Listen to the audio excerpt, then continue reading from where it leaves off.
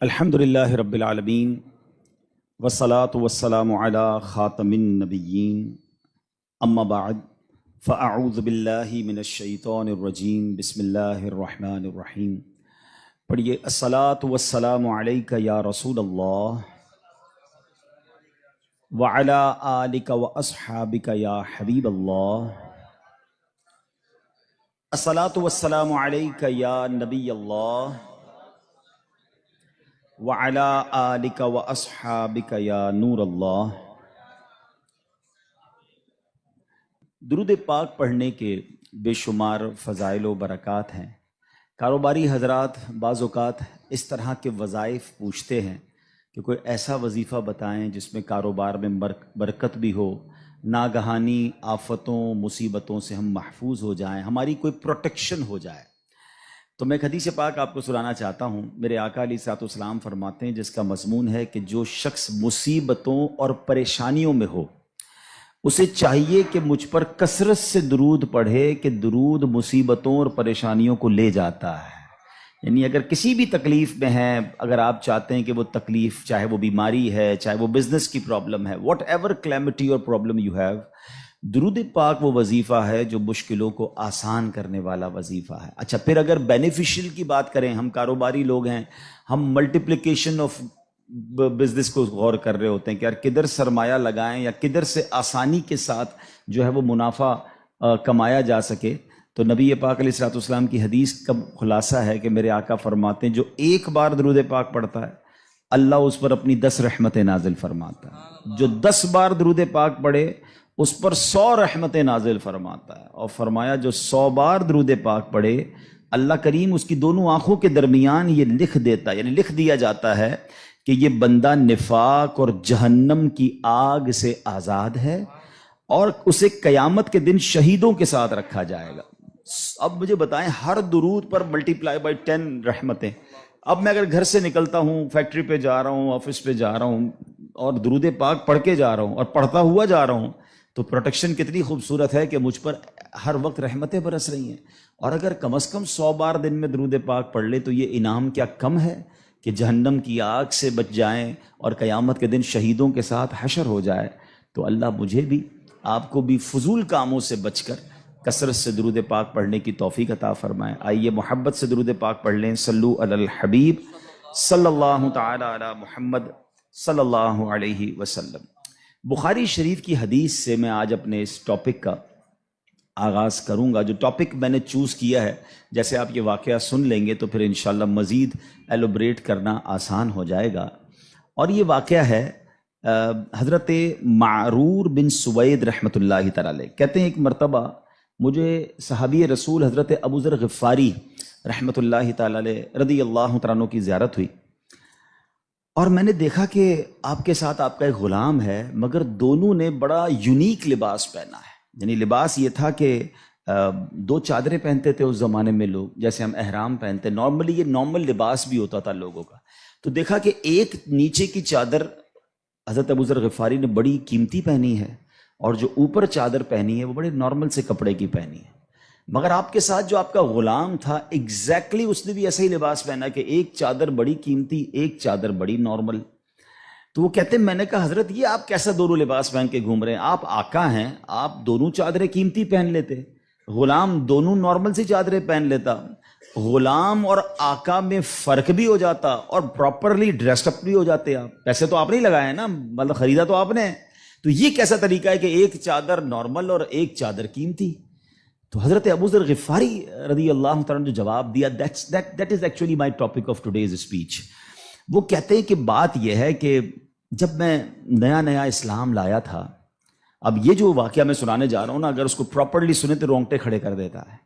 وہ کہتے ہیں کہ میرے ساتھ معاملہ جو تھا، وہ ایک غلام سے میری بحث ہو گئی، جو غلامی سے تو آزاد ہو گئے تھے، مگر وہ ایکچولی ہی belongs to the Ghulam family, کیونکہ وہ آزاد ہوئے تھے، حبشی تھے، افریقن تھے، اور وہ کوئی اور نہیں، وہ حضرت بلال حبشی تھے۔ وہ کہتے کہ میری کسی بات پہ بحث ہو گئی، میں بھی نیا نیا مسلمان ہوا تھا، ظاہر ہے صحابہ کرام بھی ایک پوری تربیت کے دور سے گزرے ہیں نا۔ تو کہتے بحث ہوئی تو میری زبان سے نکل گیا کہ اے کالی ماں کے بیٹے، میں نے حضرت بلال کو یہ کہہ دیا، حضرت بلال حبشی بہت دل برداشتہ ہوئے، نبی پاک علیہ الصلوۃ والسلام کی بارگاہ میں چلے گئے، کہتے یا رسول اللہ ابو ذر غفاری نے مجھے ایسا کہا ہے۔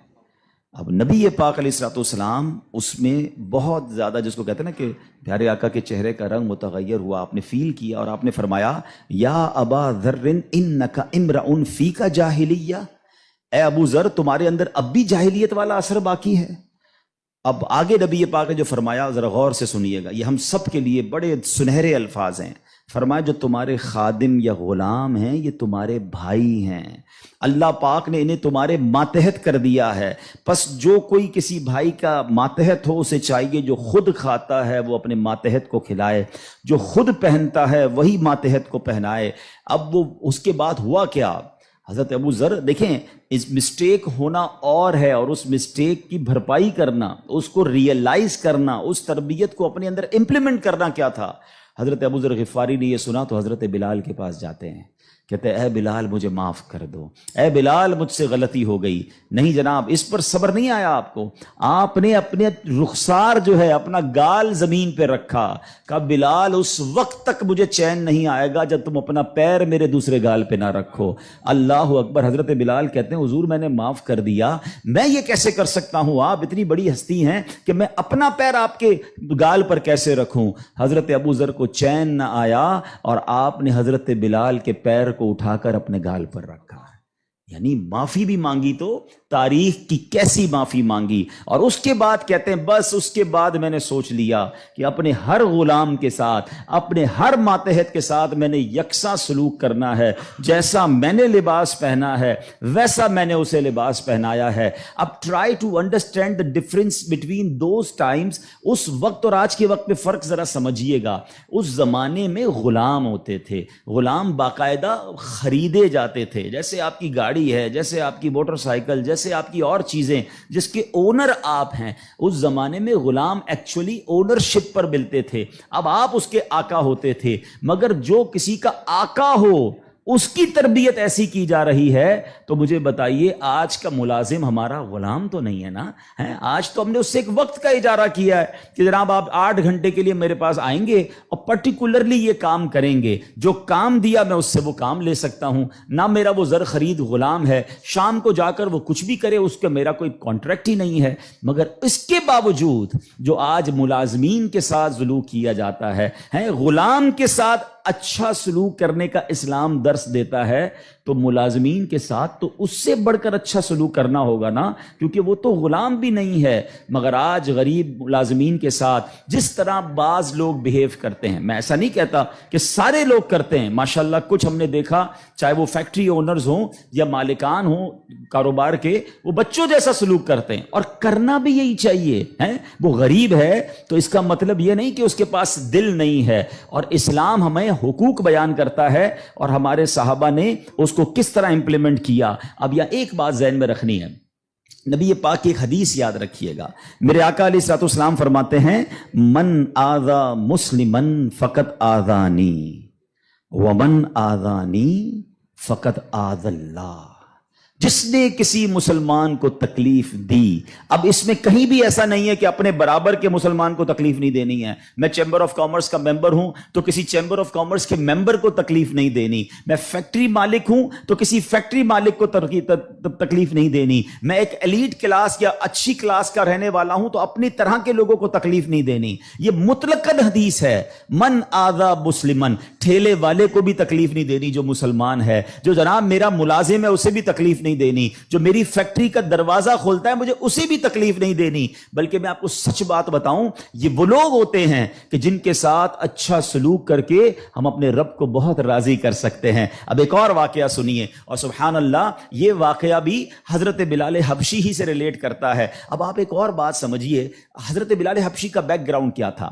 حبشہ جو ہے وہ ایتھوپیا کو کہتے ہیں، آج کل وہ ملک ایتھوپیا ہے، ٹھیک ہے نا؟ اٹ مینز وہ افریقن تھے، عرب کے اندر ایک افریقن غلام کے طور پر وہ آئے تھے، اور آپ نے بہت ڈیفیکلٹ لائف اسلام کے لیے گزاری۔ جو آپ کا آقا تھا نا امیہ، میں نے وہی کہا کہ باٹ کر لیتے تھے، خرید لیتے تھے، وہ بہت سخت اسلام دشمن تھا۔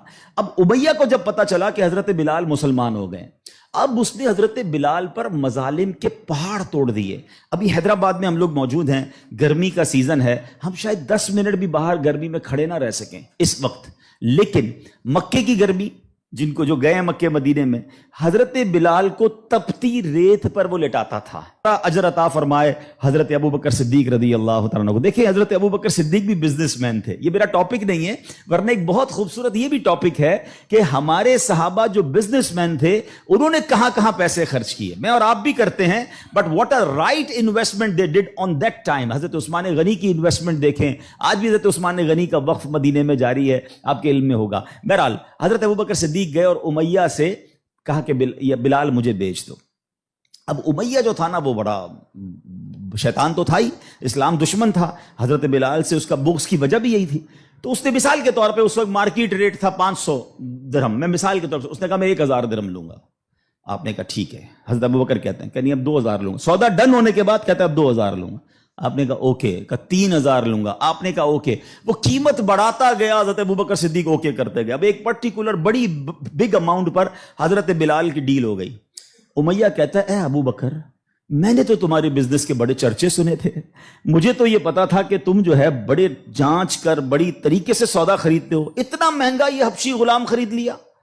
حضرت ابو بکر کے تاریخی الفاظ سنے, وہ کہتے ہیں امیہ تمہیں کیا معلوم بلال کی قیمت کیا ہے, تم اس سے زیادہ مانگتے میں اس سے زیادہ تمہیں دیتا. اللہ اکبر. رقم دی حضرت بلال کو لے کر نبی پاک کے پاس. اب ذرا سنیے گا, جب نبی پاک نے حضرت بلال کو دیکھا نا, کہا حضرت ابو بکر کہتے ہیں یا رسول اللہ بلال حاضر ہے, بلال کو آزاد کروا کے لایا ہوں. نبی پاک فرماتے ہیں اے ابو بکر, بلال کو خریدنے میں جتنے پیسے خرچ کیے تھوڑے پیسے میرے بھی اس میں شامل کر لو. اتنا پیار. اور حضرت بلال کے اس بیوٹیفل ڈیل میں حضرت ابو بکر نے کہا حضور میرا سب کچھ آپ ہی کا تو ہے, اگر میں نے کچھ خرچ کیا تو حضور یہ سب آپ کا ہے. اب حضرت بلال کا یہ بیک گراؤنڈ تھا, یاد رکھیے گا. اب مکے میں بڑے بڑے سردار بھی مسلمان ہوئے. آپ سب کو یاد ہونا چاہیے اسلامی تاریخ کا ایک ٹرننگ پوائنٹ تھا, اور وہ ٹرننگ پوائنٹ تھا فتح مکہ. ٹھیک ہے نا, فتح مکہ سے پہلے 10,000 لوگ مسلمان ہوئے. میں تھوڑا سا 1-2 منٹ میں تھوڑا سمرائز کر دوں تاکہ آپ میرے ساتھ اور انوالو بھی ہو جائیں, اور یہ تاریخ پتہ ہونی چاہیے. فتح مکہ ہوتی ہے 10 ہجری میں. 10 ہجری کا مطلب 8 ہجری میں, معاف کیجیے گا, فتح مکہ ہوتی ہے 8 ہجری میں. 8 ہجری کا مطلب ہے کہ نبی پاک علیہ الصلوۃ والسلام نے جو 40 سال کی عمر میں اسٹرگل آف اسلام شروع کی, اس کے 13 سال مکے میں گزارے, 8 سال مدینے میں گزارے. 13 اور 8 کتنے ہو گئے, 21 سال. 21 ایئرز میں 10,000 مسلمان ہوئے تھے. سمجھ رہے بات کو. اور اب کانکر ہوتا ہے مکہ. جب مکہ فتح ہوا اور تمام مظالم کرنے والے لوگ موجود تھے, سرداران مکہ موجود تھے, اور ان کو پتا تھا آج ہمارے تکہ بوٹی کر دیے جائیں گے, آج ہمارے سر قلم کر دیے جائیں گے, کیونکہ ہم نے تو اتنا ستایا ان کو, مکہ چھوڑ کے مدینے جانا پڑا. مگر اینڈ آف دا ڈے جو نبی پاک کا شاندار فیصلہ تھا کہ آپ نے سب کو معافی کا اعلان فرما دیا. یہاں تک کہ صحابہ کرام کی جن پراپرٹیز پر مکے کے کفار نے قبضہ کر لیا تھا, میرے آقا نے کہا وہ پراپرٹیاں بھی تمہیں ہم واپس نہیں لیں گے, وہ بھی تمہاری ہو گئیں. اس معافی کا فائدہ کیا ہوا یہ سمجھنا بہت ضروری ہے کہ 10,000 مسلمان ہیں 21 سالہ کوشش میں, اور سن 10 ہجری میں آفٹر 2 ایئرز جب میرے آقا فتح مکہ کے بعد حج فرماتے ہیں, جس کو ہم حجۃ الوداع کہتے ہیں, اور خطبہ حج کے موقع پر میدان عرفات میں 1,24,000 صحابہ کرام ہوتے ہیں. معافی کا فائدہ دیکھ رہے ہیں. ہم کہتے ہیں بدلہ لوں گا, دشمنی چلے گی, نسل در نسل چلے گی, مٹا کے رکھ دوں گا, چھوڑوں گا نہیں. لڑائی کر کے دیکھ لو یا معاف کر کے دیکھ لو. ایک معافی نے اسلام کو کہاں پہنچایا, 10,021 سالوں میں, اور معافی کے بعد ودن 2 ایئرز 1,24,000 صحابہ کہاں موجود ہیں, عرفات کے میدان میں موجود ہیں. اینڈ فرام دیٹ ڈے, ایک اور بات, ہسٹری پڑھیے اسلام کی, فتح مکہ کے بعد اسلام نے جو ٹیک آف کیا ہے, آج تک اسلام پیچھے نہیں گیا. 200 کروڑ مسلمان ہیں آج دنیا میں. یہ فیضان ہے فتح مکہ کے اس اعلان کا, لا تثریب علیکم اليوم, آج تم سب آزاد ہو, تم سے کوئی سوال نہیں ہوگا. اور اس کے بعد سے اسلام کو جو عروج ملا. لیکن بھائی تربیت کا ٹائم تھا نا, جب یہ فتح مکہ ہو گیا نا, تو پیارے آقا علیہ الصلوۃ والسلام نے مکے کی چابی, کعبے کی چابی ملی, اور اب کعبے کی چھت پہ اذان دینی تھی. یعنی ایک طرح سے یہ ایک وکٹری کا اعلان تھا. تو نبی پاک نے کس کو کہا, حضرت بلال کو کہا کہ ایک بلال جاؤ اور کعبے کی چھت پہ اذان دو۔ اب جو سرداران مکہ تھے نا، وہ کہتے ہیں یار ہم اتنے بڑے بڑے سردار، اتنی بڑی فیملی سے تعلق رکھنے والے ہیں، اتنا پیسہ ہمارے پاس، اتنے بڑے قبیلے کے سربراہ، اور آج اتنے عظیم موقع پر جو فتح مکہ کے بعد اذان دینے کا موقع، وہ بھی کعبے کی چھت پر، وہ کس کو دیا جا رہا ہے؟ ایک حبشی غلام کو۔ اللہ اکبر! یہ خبر نبی پاک تک پہنچ گئی کہ کچھ لوگ بے چین ہیں، کچھ لوگوں کو یہ برا لگ رہا ہے کہ بلال کو یہ موقع کیوں ملا، ہم بڑے خاندان والے، ہم پیسے والے۔ پیارے آقا علیہ الصلوۃ والسلام نے ان کو بلایا۔ پہلے تو نبی پاک نے سوال کیا کہ کیا آپ لوگ ایسی باتیں کر رہے تھے؟ کہ جی حضور کر رہے تھے۔ اب نبی پاک نے کیا فرمایا؟ نبی پاک کی گفتگو سے پہلے قرآن کی آیت نازل ہوتی ہے اور رہتی دنیا کے لیے ایک اصول بیان ہو گیا۔ اب یہ اصول مجھے اور آپ کو یاد رکھنا ہے۔ اللہ کریم قرآن میں ارشاد فرماتا ہے انا اکرمکم عند اللہ اتقاکم، فرمایا بے شک اللہ کے یہاں تم میں زیادہ عزت والا وہ ہے جو تم میں زیادہ پرہیزگار ہے۔ یہ وہ فارمولہ ہے جو مجھے یاد رکھنا ہے۔ پیسے والا زیادہ عزت والا نہیں ہے، جناب میں فلاں چیمبر کا صدر تو وزیر نائب صدر تو فلاں علاقے کا ہیڈ تو جناب قومی اسمبلی کا ممبر تو منسٹر یا جناب مل اونر، نہیں، فلاں خاندان میرے سر نیم میں یہ نیم لگتا ہے جس کی وجہ سے میرا بہت بڑا خاندان ہے۔ قرآن نے فیصلہ کر دیا ہے ان اکرمکم عند اللہ اتقاکم، اللہ کے نزدیک عزت والا وہ ہے جو زیادہ پرہیزگار ہے۔ وہ میرا ملازم بھی ہو سکتا ہے، وہ میرا خان سما بھی ہو سکتا ہے، وہ میرا غریب رشتہ دار بھی ہو سکتا ہے، وہ باہر ٹھیلا لگانے والا بھی ہو سکتا ہے، اگر وہ اللہ کی بارگاہ میں پرہیزگار ہے وہ سب سے زیادہ، ہم سب سے زیادہ عزت والا ہے۔ اور یہی اسلام کا حسن ہے۔ اچھا مزے کی بات یہ ہے، ایک طرف تو یہ حسن ہم پریکٹیکلی بھی پریکٹس کرتے ہیں۔ مثال کے طور پہ بعض اوقات آفس میں نماز کا ٹائم ہو گیا اور ہمارے کسی ملازم میں کوئی باشرہ ہے یا حافظ صاحب ہے یا اچھا تلاوت کرنے والا ہے، ہم اس کو کہتے ہیں حضرت آپ نماز پڑھا دیں۔ بالکل اچھی بات، یہ تو اعلان ہے نا کہ بھائی آپ سیٹ ہیں، آپ پیچھے ہیں، اور امامت کون کر رہا ہے؟ ایک نارمل سا انسان ہے، لیکن وہ عبادت گزار ہے، اس کو قرآن آتا ہے، مگر صرف نماز کی حد تک۔ امام صاحب نے نماز پڑھا دی، پھر جا کر اس سے وہی انداز اختیار کرنا ہے جو عام ملازمین سے کرنا ہے، نہیں، یہ فارمولہ ہمیں اسلام سکھا رہا ہے۔ تو یہاں میرا جو آج ٹاپک ہے کہ سیٹ اور ملازم میں فرق، یہ ہمیں نہیں کرنا ہے۔ ٹھیک ہے، کاروبار ہے، آپ اس سے کام لیں، آپ اس سے اجرت پر کام لے رہے ہیں، مگر آپ نے اسے خریدا نہیں ہے، اور اگر خرید بھی لیا ہے تو اس کے اوپر زیادتی کی اجازت نہیں ہے۔ مگر آج چونکہ غریب لوگ ہیں، بیچاروں کو جاب ملتی نہیں، تو جو منہ میں آیا کہہ دیتے ہیں، جس طرح ڈانٹنا ہے ڈانٹ دیتے ہیں، اور بعض اوقات تو گالیاں نکالتے ہیں۔ مجھے یاد ہے ایک صاحب مجھے ملے اور مجھے جو ہے وہ میں نے پوچھا، ایسے تھوڑا سا کلوز تھے کہ یار آپ کی سیلری کتنی ہے؟ اب یہ تھوڑی چند سالوں پرانی بات ہے۔ He's not that much professional، normal سا انسان تھا، منشی ٹائپ کے جیسے ہوتے ہیں نا۔ تو کہتے 80,000 تنخواہ ہے۔ میں نے کہا ماشاءاللہ تنخواہ تو اچھی ہے۔ تو کہتے ہیں 40,000 کام کے ہیں، 40,000 گالیوں کے ہیں۔ تو میں حیران ہو گیا، کہتا صبح سے شام گالیاں سنتا ہوں بھی بھائی، کیا کروں، غریب آدمی ہوں، پیسے اچھے ملتے ہیں اس لیے چھوڑ نہیں سکتا۔ اب میں نے سوچا کہ وہ جو مالک ہے، وہ جو سیٹ ہے، وہ قیامت کے دن کیا جواب دے گا؟ کیا پیسے دے کر گالی دینے کی تمہیں اجازت مل گئی ہے؟ کیا ذلیل کرنے کی اجازت مل گئی؟ ایسا نہ کریں پلیز۔ ہمارا اسلام ہمیں بہت خوبصورت مساوات کا درس دیتا ہے، اور غریب لوگ تو زیادہ ڈیزرو کرتے ہیں انہیں پیار کرنے کا۔ نبی پاک علیہ الصلوۃ والسلام کو، اب میرے آقا کا انداز دیکھیے گا، صحابہ بھی تو غریب تھے نا۔ اب صحابہ میں ایک بہت بڑی تعداد تھی جو اصحاب صفہ کے تھے۔ اصحاب صفہ آپ گئے ہوں گے مدینہ شریف، اللہ بار بار ہم سب کو حاضری عطا فرمائے۔ وہاں ایک بینچ، ایک چبوترا بنا ہوا ہے۔ یہ جو اصحاب صفہ تھے نا، یاد رکھیے گا، یہ اپروکسیمیٹلی 70 کے قریب ہوتے تھے، ان کی تعداد پلس مائنس ہوتی تھی۔ ان میں بہت بڑا نام حضرت ابو ہریرہ رضی اللہ تعالیٰ عنہ کا بھی ہے۔ یہ صحابہ اتنے غریب تھے کہ ان کے پاس گھر نہیں ہوتا تھا، ان کے پاس پہننے کے لیے پورے کپڑے بھی نہیں ہوتے تھے، ایک لباس، ایک چادر پہن کے بعض اوقات بیٹھے ہوتے، مگر شوق کیا تھا کہ علم دین سیکھنا ہے، نبی پاک علیہ الصلوۃ والسلام سے تربیت لینی ہے۔ تو کھانا بھی پیارے آقا انہیں بھجوا دیتے، اور نبی پاک ان کے ساتھ رہتے تھے۔ اب ذرا یاد رکھیے گا، صحابہ کرام کچھ تھے جو مزدوری کا کام کرتے تھے۔ ہمارے ساتھ بھی کبھی کبھی ہوتا ہے کہ یار کوئی محنت مزدوری والا آئے تو اس کے کپڑوں سے اسمیل آتی ہے، کپڑے پرانے ہوتے ہیں، بدبو آ رہی ہوتی ہے، ہم اس سے دور ہو جاتے ہیں۔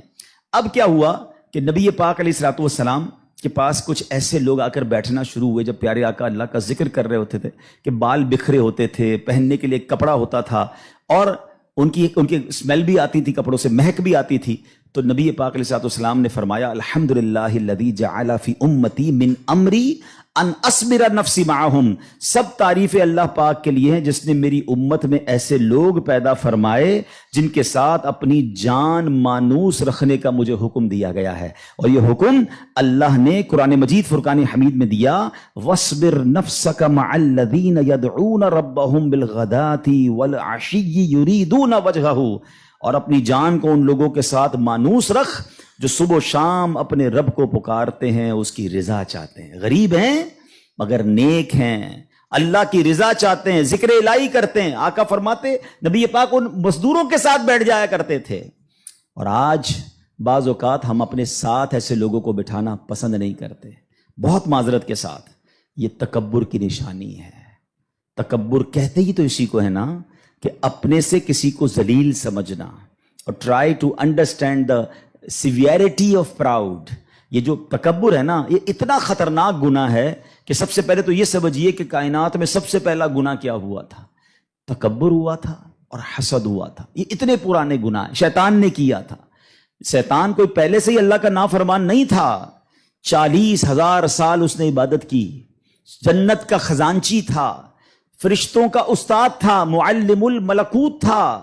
once in a lifetime he did proud. ایک بار تکبر کیا، حضرت آدم کو سجدہ کرنے سے انکار کیا نا. جملہ کیا تھا اس کا؟ قرآن میں موجود ہے نا، انا خیر من، اے اللہ میں اس سے بہتر ہوں. خلقتنی من نار وخلقتہ من طین، تو نے مجھے آگ سے بنایا اور اس کو مٹی سے بنایا، میں تو اس سے بہتر ہوں.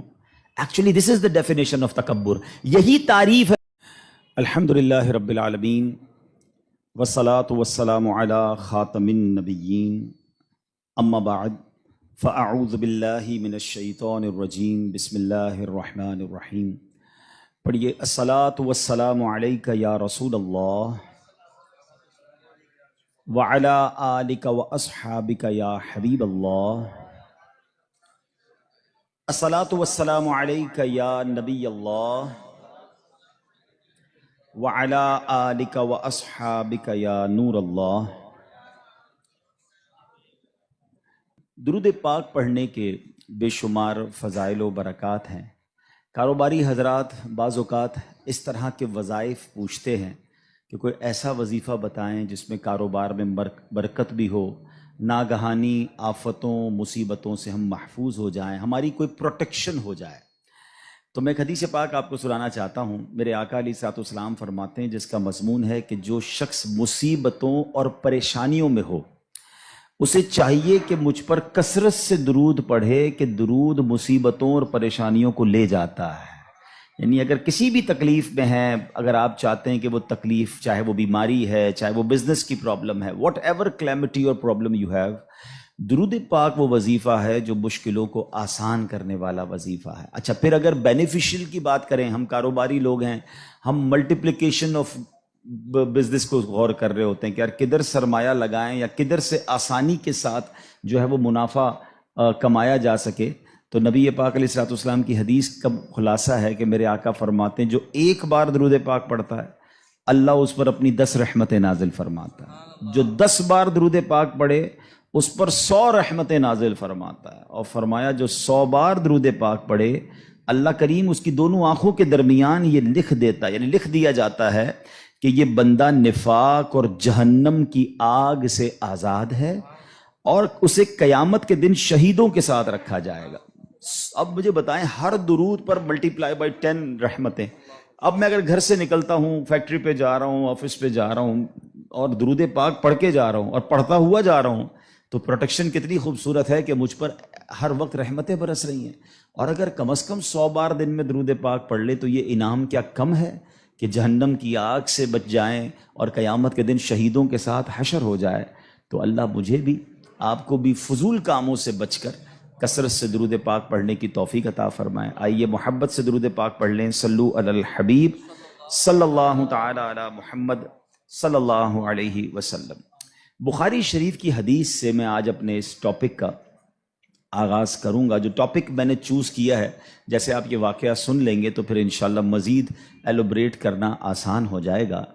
اور یہ واقعہ ہے حضرت معرور بن سوید رحمۃ اللہ تعالی علیہ. کہتے ہیں ایک مرتبہ مجھے صحابی رسول حضرت ابو ذر غفاری رحمۃ اللہ تعالی علیہ رضی اللہ تعالیٰ عنہ کی زیارت ہوئی، اور میں نے دیکھا کہ آپ کے ساتھ آپ کا ایک غلام ہے، مگر دونوں نے بڑا یونیک لباس پہنا ہے. یعنی لباس یہ تھا کہ دو چادریں پہنتے تھے اس زمانے میں لوگ، جیسے ہم احرام پہنتے، نارملی یہ نارمل لباس بھی ہوتا تھا لوگوں کا.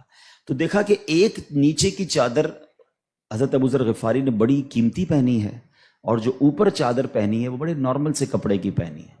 مگر آپ کے ساتھ جو آپ کا غلام تھا ایگزیکٹلی اس نے بھی ایسا ہی لباس پہنا کہ ایک چادر بڑی قیمتی، ایک چادر بڑی نارمل.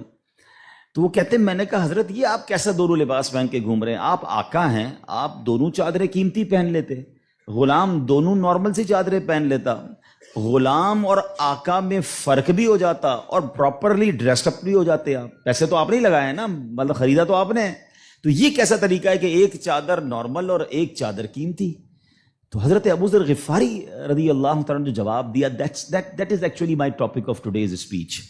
وہ کہتے ہیں کہ بات یہ ہے کہ جب میں نیا نیا اسلام لایا تھا، اب یہ جو واقعہ میں سنانے جا رہا ہوں نا، اگر اس کو پراپرلی سنے تو رونگٹے کھڑے کر دیتا ہے. وہ کہتے ہیں کہ میرے ساتھ معاملہ جو تھا وہ ایک غلام سے میری بحث ہو گئی، جو غلامی سے تو آزاد ہو گئے تھے، مگر وہ ایکچولی ہی belongs to the Ghulam family, کیونکہ وہ آزاد ہوئے تھے، حبشی تھے، افریقن تھے، اور وہ کوئی اور نہیں، وہ حضرت بلال حبشی تھے. وہ کہتے کہ میری کسی بات پہ بحث ہو گئی، میں بھی نیا نیا مسلمان ہوا تھا، ظاہر ہے صحابہ کرام بھی ایک پوری تربیت کے دور سے گزرے ہیں نا. تو کہتے بحث ہوئی تو میری زبان سے نکل گیا کہ اے کالی ماں کے بیٹے، میں نے حضرت بلال کو یہ کہہ دیا. حضرت بلال حبشی بہت دل برداشتہ ہوئے، نبی پاک علیہ الصلوۃ والسلام کی بارگاہ میں چلے گئے. کہتے یا رسول اللہ، ابو ذر غفاری نے مجھے ایسا کہا ہے. اب نبی پاک علیہ الصلوۃ والسلام اس میں بہت زیادہ، جس کو کہتے ہیں نا کہ پیارے آقا کے چہرے کا رنگ متغیر ہوا، آپ نے فیل کیا اور آپ نے فرمایا یا ابا ذر انک امرؤ فیک جاہلیہ، اے ابو ذر تمہارے اندر اب بھی جاہلیت والا اثر باقی ہے. اب آگے نبی پاک نے جو فرمایا ذرا غور سے سنیے گا، یہ ہم سب کے لیے بڑے سنہرے الفاظ ہیں. فرمایا جو تمہارے خادم یا غلام ہیں یہ تمہارے بھائی ہیں، اللہ پاک نے انہیں تمہارے ماتحت کر دیا ہے. پس جو کوئی کسی بھائی کا ماتحت ہو اسے چاہیے جو خود کھاتا ہے وہ اپنے ماتحت کو کھلائے، جو خود پہنتا ہے وہی ماتحت کو پہنائے.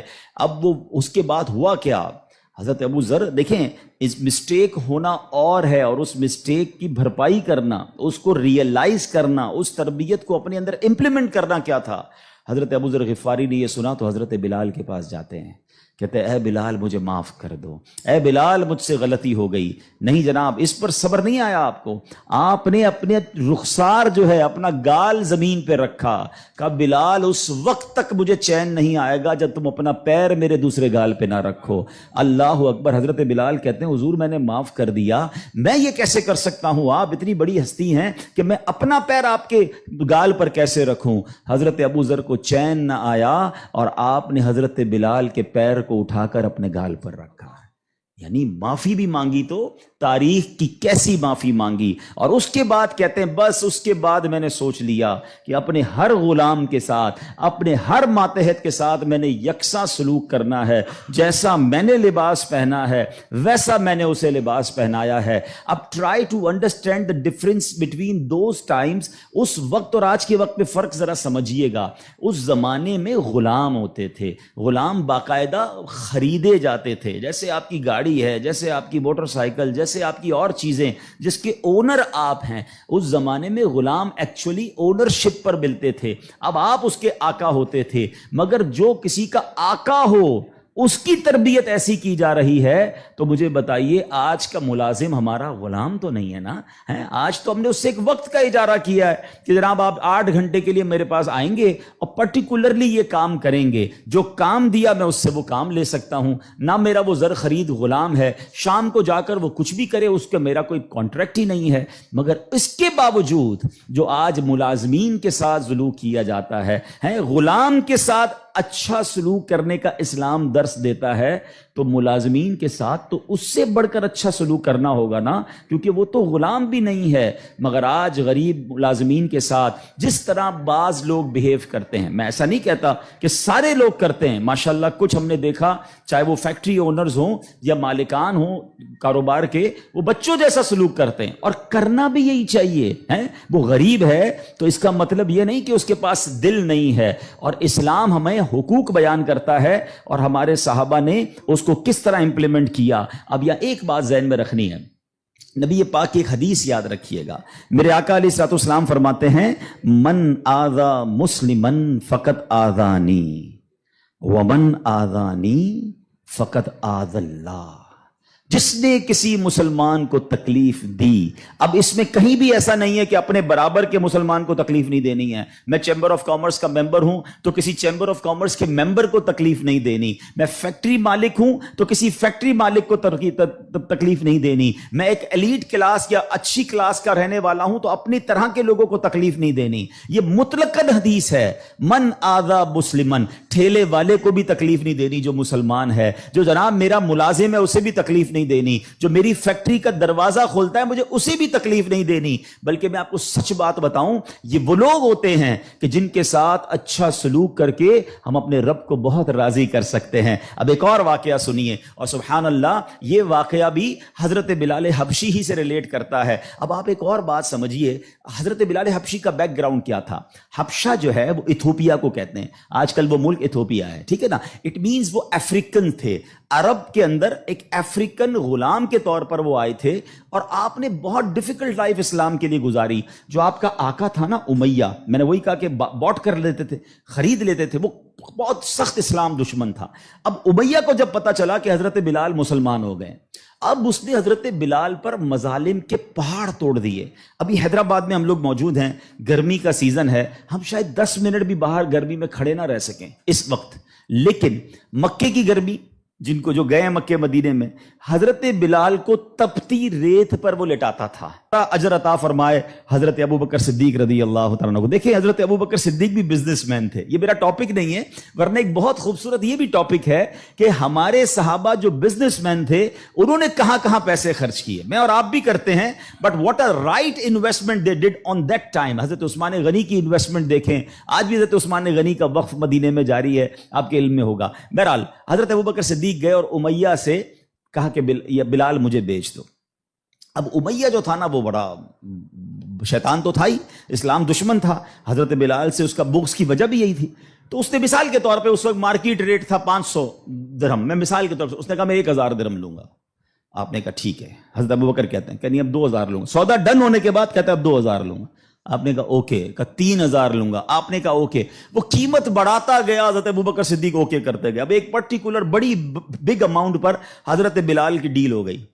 امیہ کہتا ہے اے ابو بکر، میں نے تو تمہارے بزنس کے بڑے چرچے سنے تھے، مجھے تو یہ پتا تھا کہ تم جو ہے بڑے جانچ کر بڑی طریقے سے سودا خریدتے ہو، اتنا مہنگا یہ حبشی غلام خرید لیا۔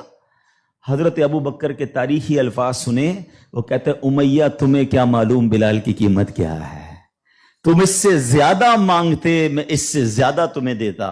اللہ اکبر۔ رقم دی حضرت بلال کو لے کر نبی پاک کے پاس۔ اب ذرا سنیے گا، جب نبی پاک نے حضرت بلال کو دیکھا نا، کہا حضرت ابو بکر کہتے ہیں یا رسول اللہ بلال حاضر ہے، بلال کو آزاد کروا کے لایا ہوں۔ نبی پاک فرماتے ہیں اے ابو بکر، بلال کو خریدنے میں جتنے پیسے خرچ کیے تھوڑے پیسے میرے بھی اس میں شامل کر لو۔ اتنا پیار۔ اور حضرت بلال کے اس بیوٹیفل ڈیل میں حضرت ابو بکر نے کہا حضور میرا سب کچھ آپ ہی کا تو ہے، اگر میں نے کچھ خرچ کیا تو حضور یہ سب آپ کا ہے۔ اب حضرت بلال کا یہ بیک گراؤنڈ تھا، یاد رکھیے گا۔ اب مکے میں بڑے بڑے سردار بھی مسلمان ہوئے۔ آپ سب کو یاد ہونا چاہیے اسلامی تاریخ کا ایک ٹرننگ پوائنٹ تھا، اور وہ ٹرننگ پوائنٹ تھا فتح مکہ، ٹھیک ہے نا۔ فتح مکہ سے پہلے 10,000 لوگ مسلمان ہوئے۔ میں تھوڑا سا 1-2 منٹ میں تھوڑا سمرائز کر دوں تاکہ آپ میرے ساتھ اور انوالو بھی ہو جائیں، اور یہ تاریخ پتہ ہونی چاہیے۔ فتح مکہ ہوتی ہے 10 ہجری میں۔ 10 ہجری کا مطلب 8 ہجری میں، معاف کیجیے گا، فتح مکہ ہوتی ہے 8 ہجری میں۔ 8 ہجری کا مطلب ہے کہ نبی پاک علیہ الصلوۃ والسلام نے جو 40 سال کی عمر میں اسٹرگل آف اسلام شروع کی، اس کے 13 سال مکے میں گزارے، 8 سال مدینے میں گزارے۔ 13 اور 8 کتنے ہو گئے؟ 21 سال 21 ایئرز میں 10,000 مسلمان ہوئے تھے. سمجھ رہے بات کو؟ اور اب کانکر ہوتا ہے مکہ.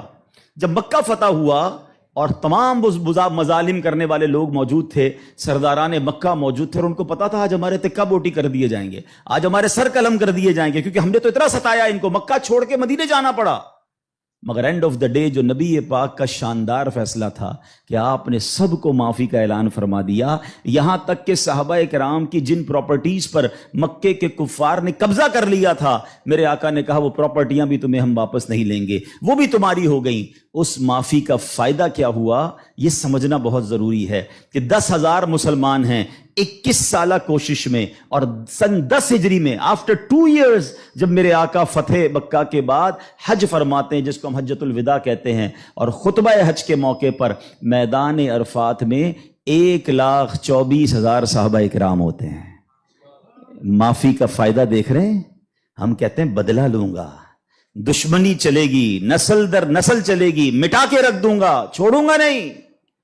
لڑائی کر کے دیکھ لو یا معاف کر کے دیکھ لو. ایک معافی نے اسلام کو کہاں پہنچایا؟ 10,021 سالوں میں. اور معافی کے بعد ودن 2 ایئرز 1,24,000 صحابہ کہاں موجود ہیں؟ عرفات کے میدان میں موجود ہیں. اینڈ فرام دیٹ ڈے، ایک اور بات، ہسٹری پڑھیے اسلام کی، فتح مکہ کے بعد اسلام نے جو ٹیک آف کیا ہے، آج تک اسلام پیچھے نہیں گیا. 200 کروڑ مسلمان ہیں آج دنیا میں.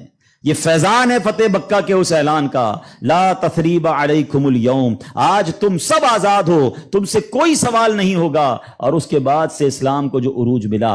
لیکن بھائی تربیت کا ٹائم تھا نا. جب یہ فتح مکہ ہو گیا نا تو پیارے آقا علیہ الصلوۃ والسلام نے اب مکے کی چابی، کعبے کی چابی ملی، اور اب کعبے کی چھت پہ اذان دینی تھی. یعنی ایک طرح سے یہ ایک وکٹری کا اعلان تھا. تو نبی پاک نے کس کو کہا؟ حضرت بلال کو کہا کہ ایک بلال جاؤ اور کعبے کی چھت پہ اذان دو. اب جو سرداران مکہ تھے نا، وہ کہتے ہیں یار ہم اتنے بڑے بڑے سردار، اتنی بڑی فیملی سے تعلق رکھنے والے ہیں، اتنا پیسہ ہمارے پاس، اتنے بڑے قبیلے کے سربراہ، اور آج اتنے عظیم موقع پر جو فتح مکہ کے بعد اذان دینے کا موقع، وہ بھی کعبے کی چھت پر، وہ کس کو دیا جا رہا ہے؟ ایک حبشی غلام کو.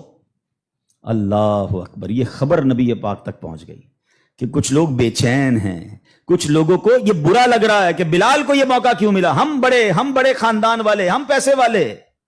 پیارے آقا علیہ الصلوۃ والسلام نے ان کو بلایا. پہلے تو نبی پاک نے سوال کیا کہ کیا آپ لوگ ایسی باتیں کر رہے تھے؟ کہ جی حضور کر رہے تھے. اب نبی پاک نے کیا فرمایا؟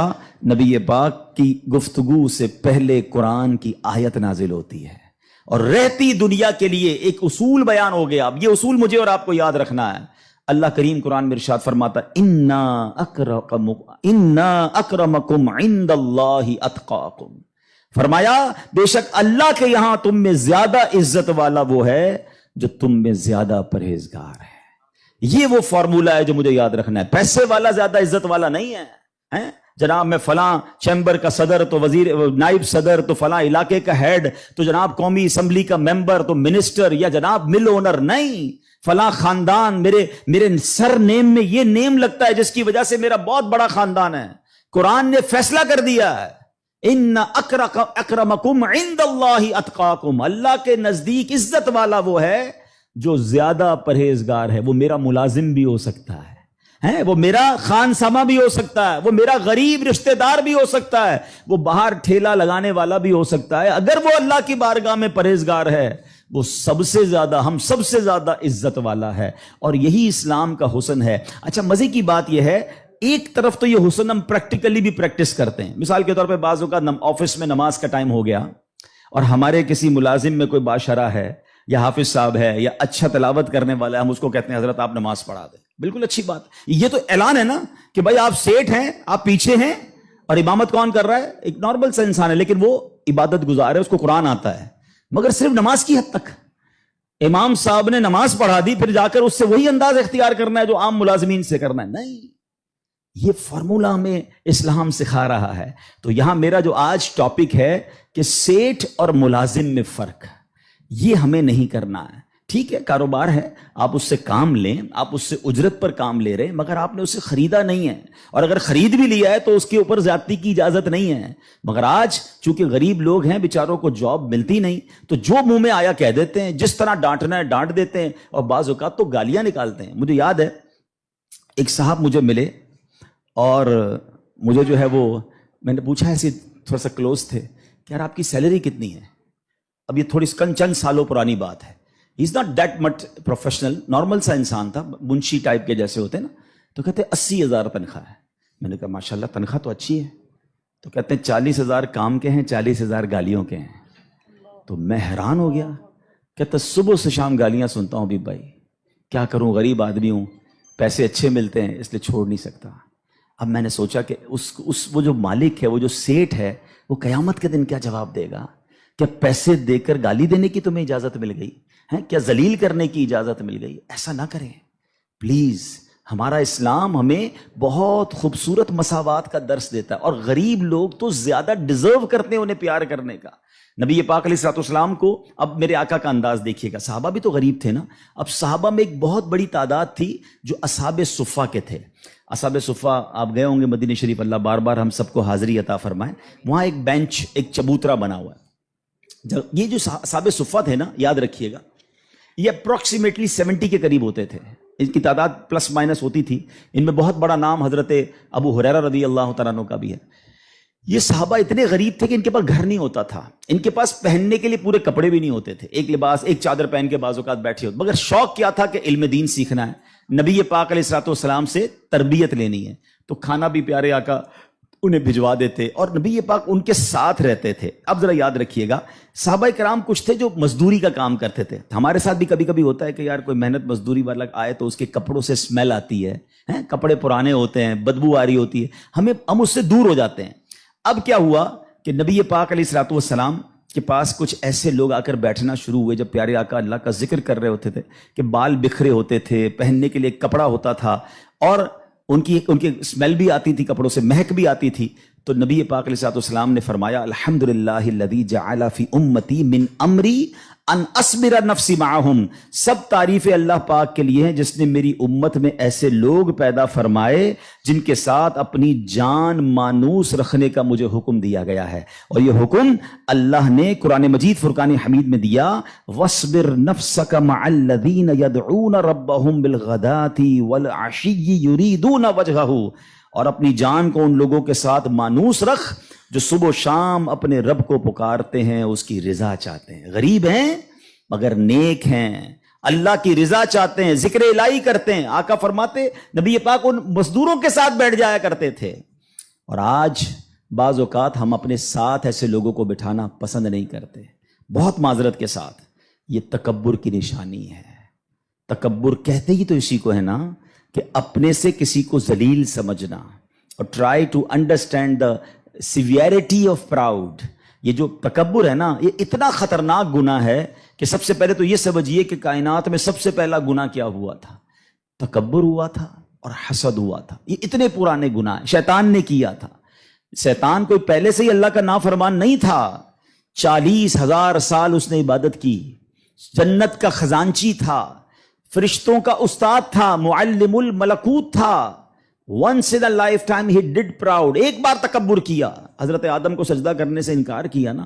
جملہ کیا تھا اس کا؟ قرآن میں موجود ہے نا، انا خیر من، اے اللہ میں اس سے بہتر ہوں، خلقتنی من نار وخلقتہ من طین، تو نے مجھے آگ سے بنایا اور اس کو مٹی سے بنایا، میں تو اس سے بہتر ہوں۔